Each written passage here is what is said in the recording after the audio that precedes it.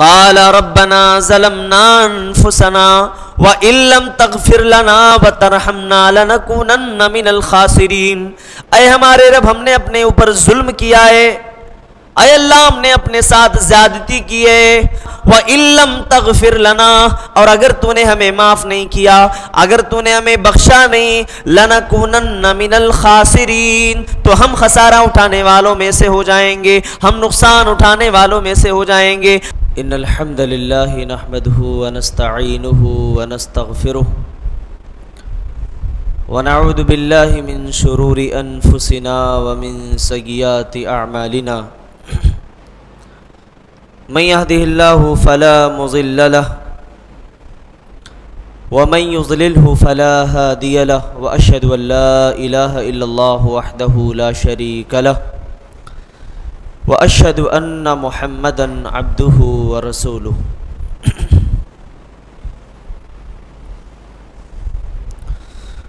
أما بعد فإن خير الحديث كتاب الله، وخير الهدي هدي محمد صلى الله عليه وسلم،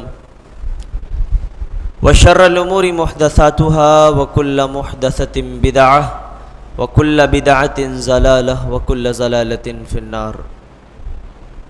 وقال الله تعالى: اهبطوا بعضكم لبعض عدو ولكم في الأرض مستقر ومتاع إلى حين۔ محترم حاضرین مجلس، نوجوان ساتھیوں، اسلامی بھائیوں اور پیارے بچوں، حضرت آدم علیہ السلام کے پیدائش سے لے کر کے جنت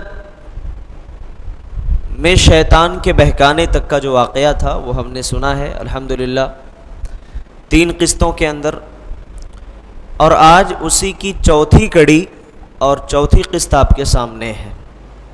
جب شیطان نے انسان سے دشمنی مول لے لی اور حضرت آدم علیہ السلام کو گمراہ کرنے میں یا بھٹکانے میں کامیاب ہو گیا، تو اللہ تبارک و تعالیٰ نے جو نعمت دی تھی وہ نعمت اللہ نے چھین لیا اور فرمایا: اہبطوا بعضکم لبعض عدو، تم سب اتر جاؤ یہاں سے، تم سب یہاں سے نکل جاؤ، تم میں سے بعض کے دشمن ہوں گے روئے زمین پر، دنیا کے اندر۔ وَلَكُمْ فِي الْأَرْضِ مُسْتَقَرٌّ وَمَتَاعٌ إِلَى حِينٍ، اور زمین پر تمہارے لیے ایک مقررہ وقت ہوگا، ایک متعین ٹائم ہوگا جس کو گزارنے کے بعد تمہیں دنیا سے آنا ہے۔ ایک اور جگہ اللہ تعالیٰ نے سورہ طٰہٰ آیت نمبر 123 میں فرمایا: اہبطا منہا جمیعا بعضکم لبعض عدو، تم دونوں یہاں سے اتر جاؤ۔ مفسرین نے اس سے مراد لیا ہے، یہاں دونوں سے مراد حضرت آدم علیہ السلام ہیں اور ابلیس ہے۔ ابلیس تو اس لیے نکل جا کیونکہ تو نے میرے حکم کی نافرمانی کی، اور آدم تم بھی نکل جاؤ کیونکہ تم نے میری بات نہیں مانی۔ جس درخت کے قریب جانے سے میں نے تمہیں روک دیا تھا، منع کر دیا تھا، تم اس کے قریب چلے گئے، اس کا پھل کھا لیا، لہٰذا اس کا نتیجہ اور انجام بھگتنا پڑے گا، تم یہاں سے نکل جاؤ۔ اب سوال یہ پیدا ہوتا ہے کہ حضرت آدم علیہ السلام جو ہیں وہ جنت کے اندر کتنے عرصے تک رہے؟ اللہ تعالیٰ نے ان کو جنت میں داخل کیا، جنت کے پھلوں سے وہ لطف اندوز ہو رہے تھے، فائدہ اٹھا رہے تھے، تو آخر جنت میں کتنے عرصے تک رہے؟ پہلا قول یہ ہے، جیسا کہ حضرت ابو ہریرہ رضی اللہ تعالیٰ عنہ کی حدیث ہے کہ اللہ کے نبی صلی اللہ علیہ وسلم نے بیان فرمایا کہ حضرت آدم علیہ السلام کو جمعہ کے دن جنت میں داخل کیا گیا، اور جمعہ ہی کے دن انہیں جنت سے نکالا گیا۔ تو کہا کہ اگر اس حدیث کا معنی یہ لے لیں کہ جمعہ کے دن ہی جنت میں داخل کیا گیا اور اسی دن ان کو جنت سے نکالا گیا، تو مطلب یہ ہوگا کہ بس ایک دن کے کچھ حصے تک جنت میں وہ رہے۔ ایک دن ہوا جمعہ کا دن، اس کے کچھ حصے تک کچھ ٹائم تک جنت میں وہ تھے، اس کے بعد یہ معاملہ پیش آیا، اللہ نے جنت سے نکال دیا۔ ایک قول تو یہ ہے اس حدیث کی بنیاد پر، یہ صحیح مسلم کی روایت ہے۔ ایک دوسری روایت ہے ابن عباس رضی اللہ تعالیٰ عنہ، مجاہد، ضحاک، ابن جریر رحمۃ اللہ علیہ کہتے ہیں کہ یہاں جو ایک دن جنت میں ان کو داخل کرنے والی بات ہے، ایک دن جنت میں داخل کیا گیا، پھر جمعہ کے دن جنت سے نکالا گیا، تو اس سے وہی ایک دن مراد نہیں ہے، بلکہ جمعہ کے ایک دن جنت میں داخل کیا گیا، پھر جمعہ کے کسی دوسرے دن ان کو جنت سے نکالا گیا، اور ان کے جنت میں رہنے تک کی جو مدت ہے وہ تقریباً 6000 سال ہے۔ تقریباً کتنی ہے؟ 6000 سال ہے، کہ وہ 6000 سال تک جنت کے اندر رہے۔ اس کے بعد جب یہ معاملہ پیش آیا تو اللہ تعالیٰ نے جنت سے باہر نکال دیا۔ بہرکیف اس کے بعد یہ سوال پیدا ہوتا ہے کہ اللہ نے جب کہا کہ آدم اور حوا تم یہاں سے نکل جاؤ، یہاں سے زمین پر اتر جاؤ، تو اب زمین پر انہیں کہاں اتارا گیا؟ کس جگہ اتارا گیا؟ حضرت آدم علیہ السلام کہاں اتارے گئے؟ حضرت حوا کو کہاں اتارا گیا؟ اس تعلق سے علماء کرام کا بڑا شدید اختلاف ہے۔ حضرت ابن عباس رضی اللہ تعالیٰ عنہ کہتے ہیں کہ آدم علیہ السلام کو مکۃ المکرمہ کے وحنا نامی مقام پر اتارا گیا، ایک قول تو یہ ہے، اور ایک دوسرا قول یہ ہے حسن بصری رحمۃ اللہ علیہ کا کہ حضرت آدم علیہ السلام کو ہندوستان میں اور حضرت حوا کو جدہ میں اتارا گیا۔ پھر ایک تیسرا قول یہ بھی ہے کہ میدان عرفات میں یہ دونوں ایک دوسرے سے ملے، ملاقات ان کی ہوئی، اس لیے میدان عرفات کو میدان عرفات کہا جاتا ہے۔ عرفہ کے معنی جاننا ہوتا، عرفہ یعرفو کے معنی جاننا، پہچاننا، تو اسی سے استدلال کیا ہے کہ وہاں اس مقام پر دونوں نے ملاقات کیا، دونوں کی ملاقات ہوئی، لہٰذا اس کو میدان عرفات کہا جاتا ہے۔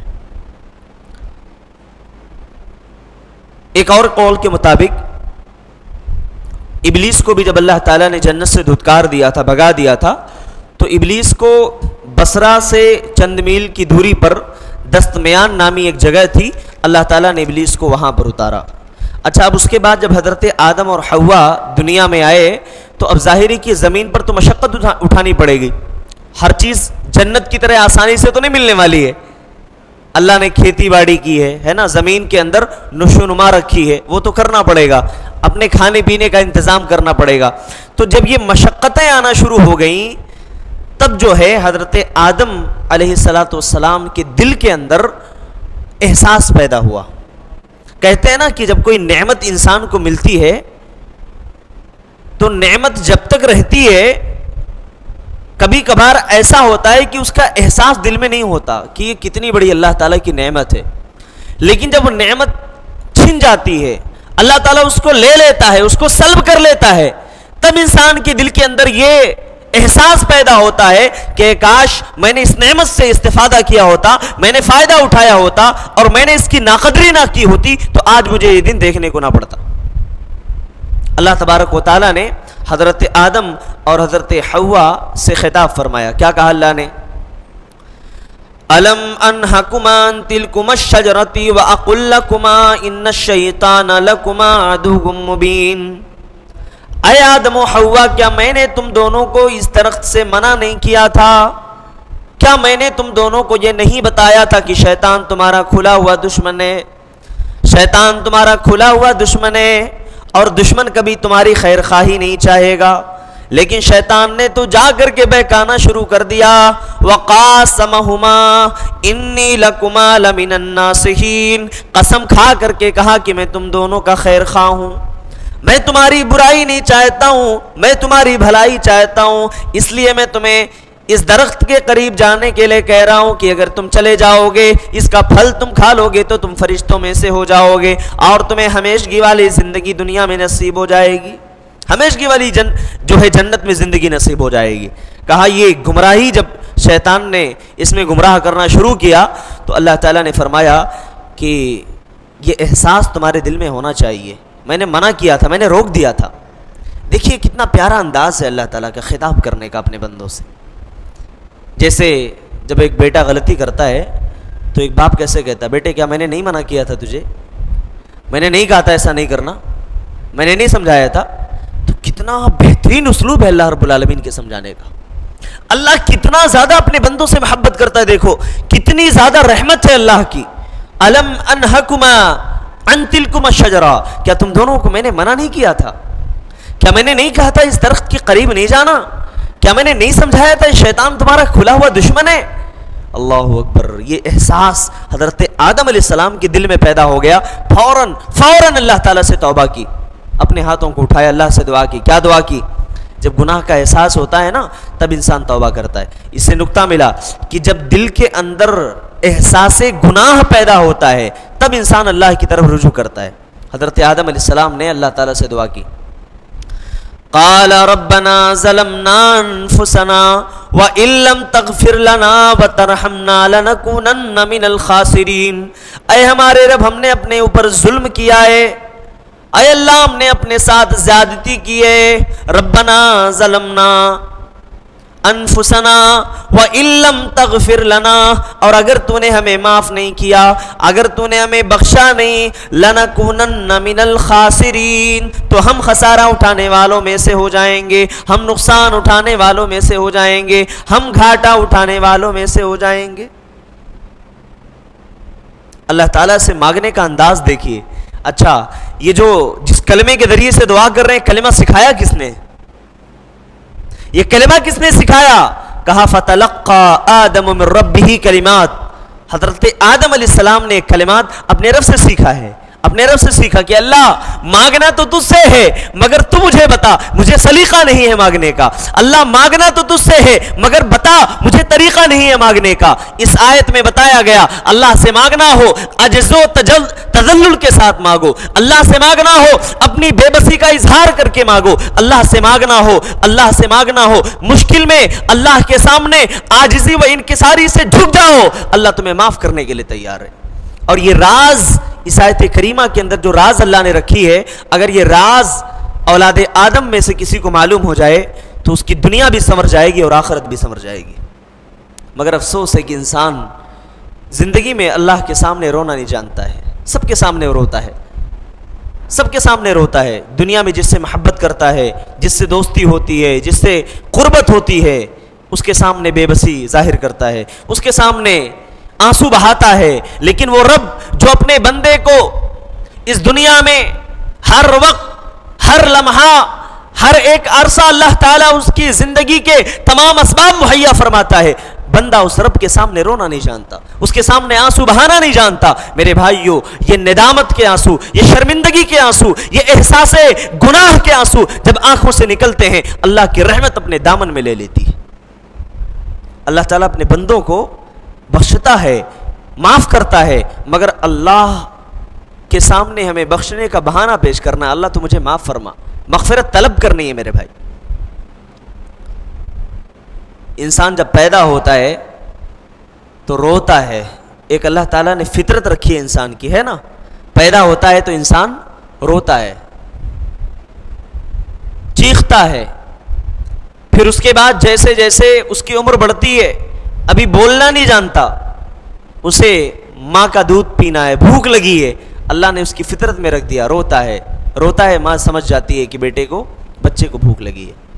اللہ تعالیٰ نے یہی انداز فطرت میں بھی ڈال دیا ہے کہ اے بندو، اگر تمہیں کسی چیز کی ضرورت ہو اللہ کے سامنے رو لینا، اللہ کے سامنے اپنے آنکھوں سے ندامت اور شرمندگی کے آنسو گرا لینا، اللہ تعالیٰ تمہیں ہر وہ چیز دے دے گا جس کا تم اللہ سے مطالبہ کرو گے. لیکن افسوس ہے کہ بچپن میں یہ فطرت تو ہمیں یاد رہتی ہے، مگر بچپن کے بعد جب جوانی بڑھاپا آتا ہے تو ہم یہ چیز بھول جاتے ہیں. سوچو، غور کرو، زندگی میں وہ کتنے ایام، کتنے مہینے، کتنے سال گزر گئے ہیں کہ ہمارے آنکھوں سے کبھی اللہ کے لیے آنسو نکلے ہوں. کتنے سال گزرے ہیں؟ سوچو میرے بھائی، اپنے ماضی میں جاؤ، اپنے پاسٹ میں جاؤ، سوچو، غور کرو کہ تنہائی میں کبھی اللہ کو یاد کیا ہو اور آنکھوں سے آنسو نکل آئے ہوں. تنہائی میں اللہ کے سامنے اپنے گناہوں کا احساس کیا ہو اور ندامت سے سر جھکا ہوا ہو. میرے بھائی، کتنا دن ہوا ایسا کیے ہوئے؟ سوچو ذرا، ماضی میں جاؤ، غور کرو. یہ احساس اگر آج نہیں کرو گے تو کب کرو گے؟ کل قیامت کے دن اللہ تبارک و تعالیٰ اپنے بندوں کو، اپنے ان بندوں کو جنہیں عرش کے سائے تلے جگہ نصیب فرمائے گا، ان میں سے ایک بندہ وہ بھی ہوگا جو تنہائی میں اللہ کو یاد کرتا ہے۔ فذکر اللہ خالیا ففاضت عیناہ، جب اس نے اللہ کو یاد کیا، اللہ کا ذکر کیا، تو اس کی آنکھوں سے آنسو نکل آئے، اس کے آنکھوں میں آنسو آ گئے، وہ اللہ تبارک و تعالیٰ کے سامنے رونے لگا، اس کے آنکھوں سے بے تحاشا آنسو جاری ہو گئے، اشک جاری ہو گئے۔ میرے بھائیو، اگر ہم اللہ کے سامنے دعا کریں، اللہ کے سامنے عجز و انکساری کریں، ہمارے آنکھوں سے آنسو نہ نکلے، اللہ سے ہم دعا کریں ہمارے آنکھوں سے آنسو نہ نکلے، اس کا مطلب یہ کہ ہمارا دل پتھر ہو چکا ہے، دل ہمارا پتھر ہو گیا ہے میرے بھائی، کیونکہ آنسو تو نکلنا چاہیے، اگر نہیں نکلا اس کا مطلب یہ ہے کہ ہمارے دل میں سختی آ چکی ہے، ہمارا دل بہت سخت ہو چکا ہے، اس دل کے سختی کو نرمی میں بدلنے کی ضرورت ہے۔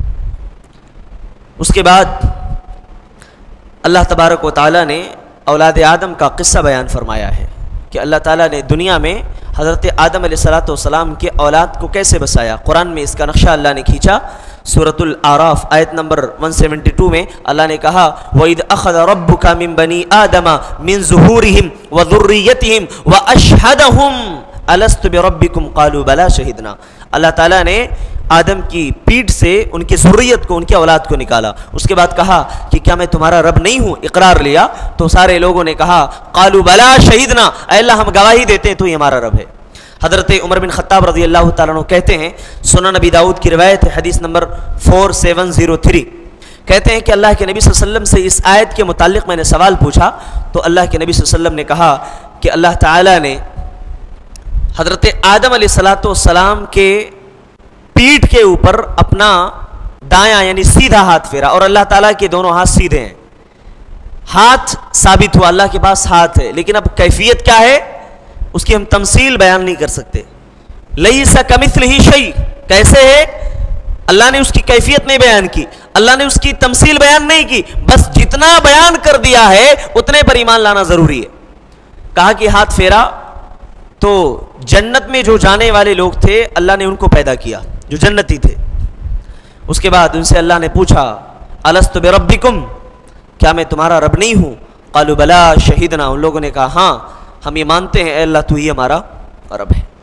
اس کے بعد ایک بار پھر اللہ نے ہاتھ پھیرا، پھر آدم کے پیٹھ سے، پشت سے ان لوگوں کو نکالا جو جہنم میں جانے والے تھے، اللہ نے ان سے بھی گواہی لی، ان سے بھی عہد لیا۔ تو پوچھنے والے نے سوال پوچھا اللہ کے رسول، جب معاملہ پہلے طے ہو چکا ہے، یہ جنت میں جائیں گے، یہ جہنم میں جائیں گے، تو عمل کرنے کا کیا فائدہ ہے؟ ایک سوال کسی کے ذہن میں آ سکتا ہے کہ اللہ نے جب اسی وقت جنتیوں اور جہنمیوں کا معاملہ کنفرم کر دیا تو پھر عمل کا کیا فائدہ؟ کہا اللہ کے نبی صلی اللہ علیہ وسلم نے کہ جو دنیا میں جس چیز کے لیے پیدا کیا جاتا ہے اللہ وہ چیز اس کے لیے انتہائی آسان کر دیتا ہے۔ جو جنت کے لیے پیدا کیا گیا ہے جنتیوں والا عمل اس کے لیے آسان ہوتا ہے، جو جہنم کے لیے پیدا کیا گیا ہے جہنمیوں والا عمل اس کے لیے آسان ہوتا ہے۔ میرے بھائیو، ہمیں نہیں پتا اللہ نے ہمیں کیا لکھا ہے، لیکن ہمیں عمل کرنا چاہیے، عمل کو ترک نہیں کرنا ہے۔ بعض صحابہ نے سوال پوچھا تھا اللہ کے رسول، جب جنت و جہنم ڈیسائیڈڈ ہو چکے ہیں، سارے مسئلے کلیئر ہو چکے ہیں، عمل کا کیا فائدہ ہے؟ اللہ کے نبی نے کہا عمل کرو، کیونکہ تمہیں نہیں معلوم کہ اللہ نے تمہیں جنتیوں میں سے لکھا ہے جہنمیوں میں سے، اور عمل کے ذریعے سے اللہ کی رضامندی حاصل ہوتی ہے، اللہ کی خوشنودی حاصل ہوتی ہے۔ اللہ کے نبی فرماتے ہیں کہ ایک آدمی دنیا کے اندر جنتیوں والا عمل کرتا ہے، پوری زندگی نیکی والا عمل کرتا ہے، یہاں تک کہ اس کے اور جنت کے درمیان ایک بالشت باقی رہ جاتا ہے، پھر وہ جہنمیوں والا عمل کرتا ہے اور جہنم میں چلا جاتا ہے۔